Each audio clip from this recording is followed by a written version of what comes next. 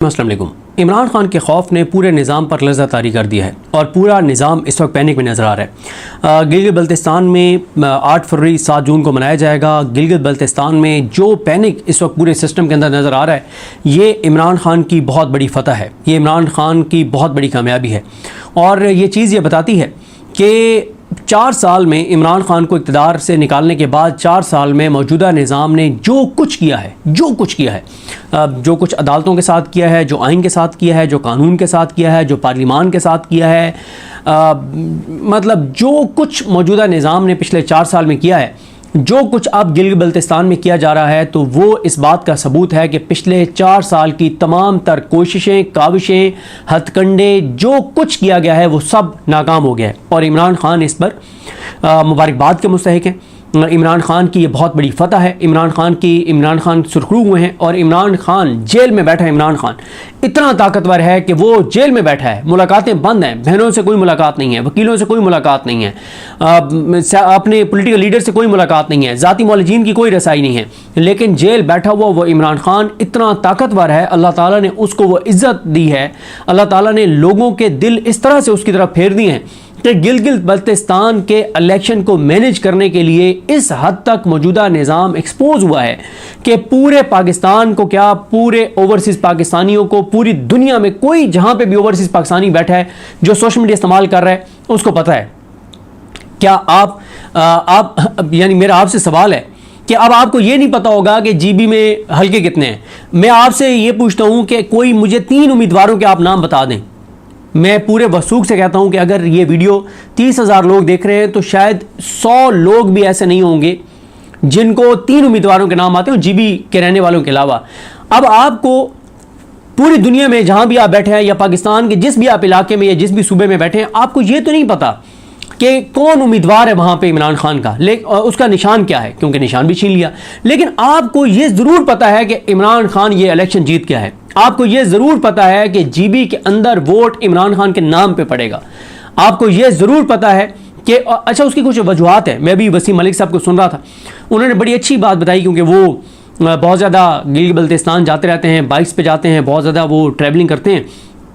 तो वो ये बात उन्होंने ये निशानदेही की कि असल जो मौजूदा निज़ाम को खौफ है वो है वहाँ के लोगों की जो तालीम है, जो लिटरेसी रेट है, जो शऊर है।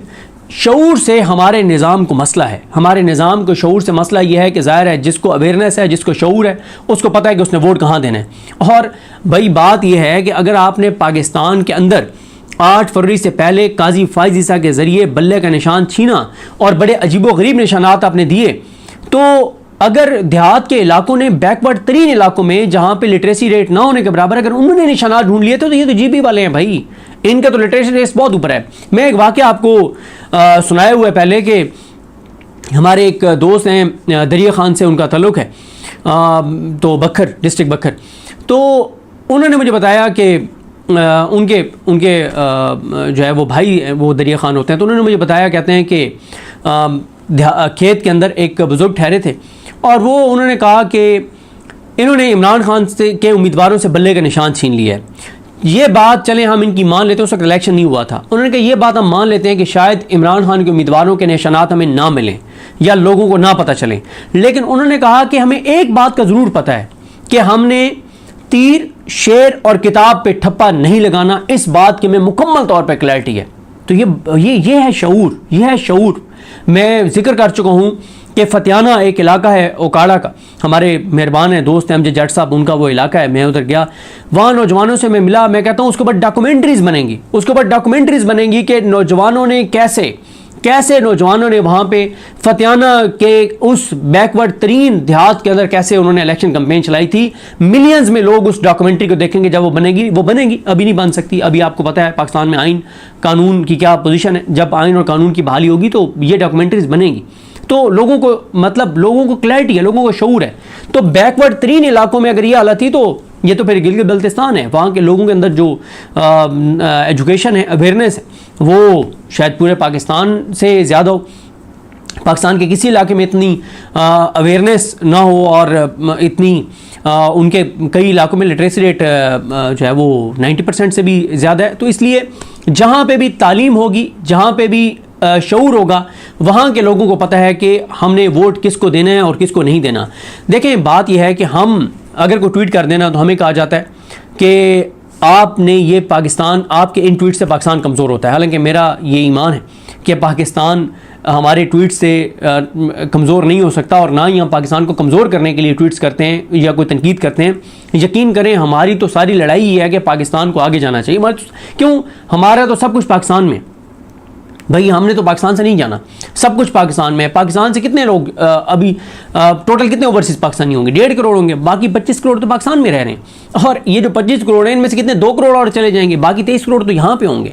तो हर पाकिस्तानी या ओवरसीज पाकिस्तानियों की लड़ाई क्या है? अगर कोई मुल्क से बाहर बैठा है, उसकी लड़ाई क्या है मौजूदा निज़ाम से? वो तो बाहर बैठा है, वो तो यूके बैठा है, वो तो कनाडा बैठा है, वो तो यूएस बैठा है, वो तो दुनिया के किसी और मुल्क में के अंदर बैठा है, वो तो जर्मनी में बैठा है, वो तो दुनिया के किसी भी मुल्क के अंदर बैठा है। हो सकता है उसने तो आना भी ना हो पाकिस्तान, लेकिन उसकी लड़ाई क्या है? पाकिस्तान उसका वतन है, उसकी धरती है, उसकी माँ है। वो चाहते हैं कि पाकिस्तान आगे जाए, उनकी तो सारी लड़ाई है। वो तो बाहर बैठे हैं, अपना कमा रहे हैं, अपना खा रहे हैं, उनके रेमिटेंसेस पे तो मुल्क चल रहा है।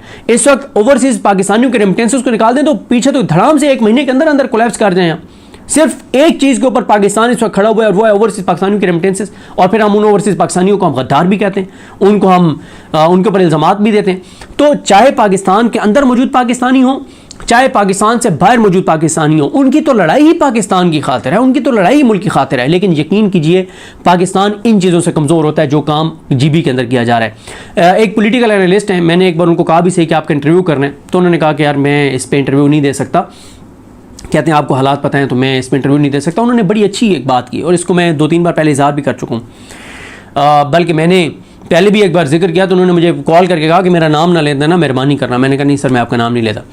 उन्होंने मुझे कहा कि 8 फरवरी को जो कुछ पाकिस्तान के अंदर किया गया ना, कहते हैं कि इसका शॉर्ट टर्म आप तो नुकसान देख रहे हैं ना, कि इमरान खान को नहीं आने दिया, ये हो गया, ये हो गया। उन्होंने कहा इसका लॉन्ग टर्म बहुत ज़्यादा नुकसान है।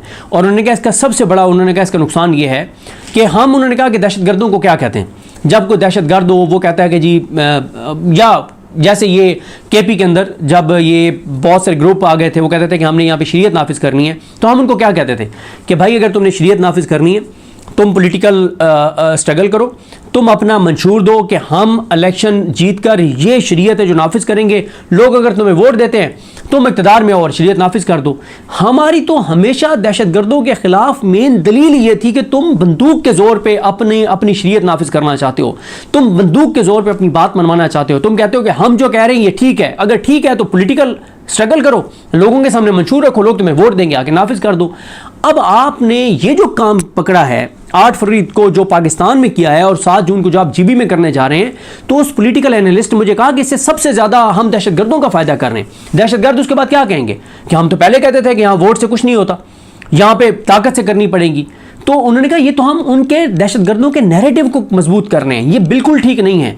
क्या जीबी के लोग इतने गए गुजरे हैं कि उनको ये हक नहीं है कि वो अपने उम्मीदवार, अपने लोगों का इंतखाब करें? क्या जीबी के लोगों को हम ये हक भी नहीं दे सकते कि वो फैसला करें कि उनके ऊपर हुकूमत कौन करेगा? ये बहुत ही नेगेटिव चीज़ है, ये बहुत ही पाकिस्तान के लिए नुकसानदेह, ये नहीं होना चाहिए। और मैं आपको बताऊं कि ये जो इस वक्त जो कुछ जीबी के अंदर किया जाए, इससे नजर आ रहा है कि ये निज़ाम हार गया है, ये निज़ाम हार गया है। ये नजर आ रहा है कि नवाज शरीफ, जरदारी, ये पूरा निज़ाम शिकस्त खा बैठा है। भाई आप जीबी के अंदर नून लीग को और पीपल्स पार्टी को ऐसे जितवाना चाहते हैं जैसे आपने डॉक्टर यास्मीन राशिद साहबा के मुकाबले में आपने नवाज शरीफ को जितवाया है, जैसे महर शराफत के मुकाबले में आपने मरीम नवाज को जितवाया है, जैसे आपने बिलावल भुट्टो जरदारी को जितवाया है, जैसे आपने यूसुफ रज़ा गिलानी के बेटों को मुल्तान से जितवाया है। आप उसी तरह से जीबी के अंदर पीपल्स पार्टी और नून लीग को जितवाना चाहते हैं। इससे नुकसान हो रहा है, पाकिस्तान का हसास इलाका है जीबी। अब आप मुझे बताएं, भारत इस वक्त जो प्रोपेगेंडा कर रहा है, जो रिपोर्ट कर रहा है भारत जीबी के ऊपर, क्या ये हमारी वजह से है? ये इमरान रियाज की वजह से है? ये हम यूट्यूबर्स की वजह से है? ये तहरीक इंसाफ की वजह से है? ये इमरान खान की वजह से है? ये पाकिस्तानियों की वजह से? किसकी वजह से? किसने ये किया है? वो बाकी तो छोड़ें, उसका ख्वाजा साद रफीक साहब का ट्वीट आया हुआ था कि उनको, वो भी फंस गए उस रश के अंदर। यानी पुलिस ने एयरपोर्ट के बाहर एंट्री बंद कर दी सिर्फ असद कैसर साहब का रास्ता रोकने के लिए। देखें, मसला ये है कि इस वक्त एक चीज़ का खौफ है वहाँ पर। ये क्यों इतना पैनिक है? पैनिक ये है कि कहीं मोमेंटम ये तो नजर आ रहा है कि 100% नजर आ रहा है कि लोग पीपल्स पार्टी और नून लीग वोट नहीं डालने लगे। एक सेंसिटिव मौजू है, सेंसिटिव हिस्सा है, मैं उसकी तरफ बिल्कुल नहीं जाऊंगा। लेकिन आपको यह बता दूं कि वहां पे जो फतवे दिए गए हैं नून लीग और पीपल्स पार्टी को वोट देने के हवाले से, मैं उन फतवों की डिटेल में नहीं जा रहा, सेंसिटिव मौजू है, लेकिन फतवे हैं वहां के जिन मजहबी शख्सियात की यानी फॉलोइंग है, जिनको लोग मानते हैं, जिनकी बात वहां के लोगों के लिए ऑथेंटिक है, उनके फतवे हैं कि नून लीग और पीपल्स पार्टी को आपने वोट नहीं देना, तो नून लीग और पीपल्स पार्टी को वोट नहीं पड़ना वहां पे। और अब क्यों यह सख्ती की जा रही है कि वहां पे मोमेंटम उस लेवल पे ना चला जाए कि उस दिन लोगों को पीटीआई के बाहर से इतने लीडर्स ना पहुंच जाएं उस इलेक्शन डे के ऊपर कि वो वहां पे जब मौजूद होंगे लोग उनके साथ होंगे, कहीं वो पोलिंग स्टेशन के बाहर ना बैठ जाएं और वहां से रिजल्ट ओरिजिनल लेने के लिए फिर वो आरओ ऑफिस ना चले जाएं ओरिजिनल रिजल्ट लेने के लिए। उस दिन 7 जून को कुछ बड़ा ना हो जाए। यानी ये तो पता है कि उस दिन वोट किसको पड़ना है, इस पे कोई इख्तलाफ नहीं है। अब ये भी पता है कि उस दिन क्या करना है, उस दिन 8 फरवरी करना है, ये भी पता है। ये दोनों चीजें तो पता है। अब तीसरी चीज वो ना हो जाए जो पाकिस्तान में भी नहीं हुई थी। और इमरान खान ने, मुझे एक पीटीआई के लीडर ने कहा कि इमरान खान ने पीटीआई के उस वक्त जो फैसला साज थे ना 8 फरवरी को, जिनके पास इख्तियार था, उनमें से एक के बारे में इमरान खान ने कहा कि वो हरामजादा है।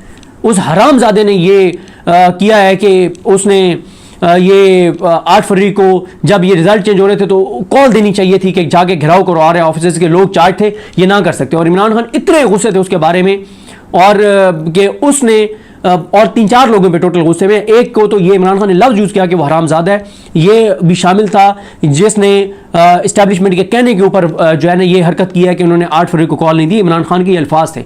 तो अब डर ये है कि 7 जून को कहीं वो ना हो जाए जो पाकिस्तान में नहीं हुआ था, कहीं कॉल ना हो जाए कि लोग पोलिंग स्टेशनों के बाहर ना बैठ जाएं, उसके बाद लोग आरओ ऑफिस के बाहर ना बैठ जाएं। ये एक डर है जिस वजह से अभी से चीज़ों को रोका जा रहा है। बाकी तो पता है कि वोट किसको पड़ना है और ये पहले से तय हो गया कि कहां से किसको जितवाना है। ये मैं दरिया खान का भी मैंने जिक्र किया। दरिया खान को आपको एक और वाक़या सुना देता हूँ। इरफानुल्लाह न्याजी साहब जो हसन न्याजी के चचा हैं, हफीजुल्लाह न्याजी साहब के भाई हैं, इमरान खान के कज़न हैं। तो इरफानुल्लाह न्याजी साहब ने हमें बताया, कहते हैं कि जब रात को काजी फाइज ईसा ने बल्ले का निशान छीना, काजी फाइज ईसा, मुसरत हिलाली और मोहम्मद अली मज़र ने, तो कहते हैं कि मैंने फ़ौरन अपने वकील को फ़ोन किया कि यार वो कंसर्न इलेक्शन कमीशन के ऑफिसर के पास जाओ, उसे कहो कि यार हमें ना, मुझे और स्नौला मस्ती खेल को ना एक ही निशान दे दें और फलां निशान दे दें क्योंकि उसके ऊपर पहले हमने एक इलेक्शन लड़ा हुआ है। तो कहते हैं कि वो जो मेरे वकील ने कॉल की तो आगे से इलेक्शन कमीशन के उस कंसर्न ऑफिसर ने कहा, डिस्ट्रिक्ट लेवल के जो था, उसने कहा सर आपके निशानात पहले से आए पड़े हैं, हमें ऊपर से बता दिया गया है कि आपको कौन सा निशान देना है और स्नौला मस्ती खेल को कौन सा निशान देना है। और इस हद तक वर्किंग कंप्लीट थी कि मिलते जुलते निशान किसी और को देने हैं ताकि कंफ्यूजन रहे और ऐसे निशानात दिए जाएं जो लोगों को समझ ही ना आए। लेकिन फिर भी लोगों ने चुन चुन के देख देख ठप्पे लगाए और पूरे निज़ाम को उस दिन पाकिस्तान के लोगों ने लिटा दिया था। तो इसलिए जो है वो सारा कुछ किया जा रहा है। जीबी के अंदर आपने देखा था। और फिर देखें जीबी के अंदर पूरे पाकिस्तान में सबसे ज़्यादा एंटी अमेरिका अगर सेंटीमेंट्स हैं तो वो जीबी के अंदर हैं, वो जीबी के अंदर हैं। और इस वक्त शहबाज शरीफ साहब की जितनी कुर्बत है ट्रंप के साथ, जितनी वो ट्रंप की तारीफ़ें करते हैं और जितनी ट्रंप उनकी तारीफ़ें करते हैं, तो मल्टीपल रीजंस हैं वहाँ से नून लीग की शिकस्त की। 4 साल में जो उन्होंने पाकिस्तान के अंदर किया है, जो उन्होंने जीबी को जो नुकसान पहुँचाया है, जीबी के लोगों को, जो पूरे पाकिस्तान के लोगों को नुकसान पहुँचाया, जो महंगाई, जो बेरोज़गारी, जो अनसर्टेनिटी, जो कुछ इन्होंने किया है। और मैं आपको बताऊँ कि चीज़ें चेंज हो गई हैं अब जीबी के अंदर। अच्छा, पहले क्या होता था कि जी जीबी के अंदर वोट लोग उसी को देते हैं जो पाकिस्तान में हुकूमत में। ये गलत है। अगर चलिए मान लेता हूं मैं कि जी ये वही होना है जो पहले जीबी के अंदर होता है कि जो जिसकी वफाक में हुकूमत होती है उसको लोग वोट देते हैं ताकि यहां पे फंड आए, तो फिर किस बात की टेंशन है भाई? फिर तो बात खत्म हो गई, नून लीग और पीपल्स पार्टी को वोट पड़ने। नहीं, ऐसा नहीं है भाई। पूरा पाकिस्तान बदल गया है, पूरे पाकिस्तान के अंदर तब्दीली आ गई है। अब हो सकता है जीबी के अंदर लोग इस बात पे वोट डालें कि जिस जमात को हमने वोट डाले उसकी बलूचिस्तान के हवाले से क्या पॉलिसी है, उसकी केपी के हवाले से क्या पॉलिसी है, उसकी सिंध के हवाले से क्या पॉलिसी है। पाकिस्तान, पूरा पाकिस्तान के लोग अब वाकई एक जिस्म और एक जान की तरह हैं। और उनकी अब यही है कि वो कहते हैं कि जो पूरे मुल्क के लिए जो ठीक है, जिसकी पॉलिसी ठीक है, हम उसको जो है वो वोट देंगे। तो ये हार गए हैं। पूरा निज़ाम जो है वो 4 साल की उनकी जो कुछ उन्होंने इमरान खान के साथ किया है, जिस तरह से उसको कैद तन्हाई में रखा है, जो उसको अजियतें दी गई, जो उसके खिलाफ फैसले किए गए, जो कुछ इमरान खान के साथ किया गया, अब निशान भी छीन लिया, मतलब वहाँ पे जो मेन उम्मीदवार हैं वो नहीं है, खालिद खुर्शीद साहब खुद वहाँ पे नहीं है। इतना कुछ करने के बावजूद भी, और आप देखें सुहेल आफरीदी साहब ने जस्टिस जाहिया खान को ख़त लिख दिया है, जीबी हुकूमत को लिख दिया है, जीबी वालों को कॉल कर रहे हैं और सारी चीज़ें जो है वो कर रहे हैं, लेकिन कोई भी नहीं सुन रहा।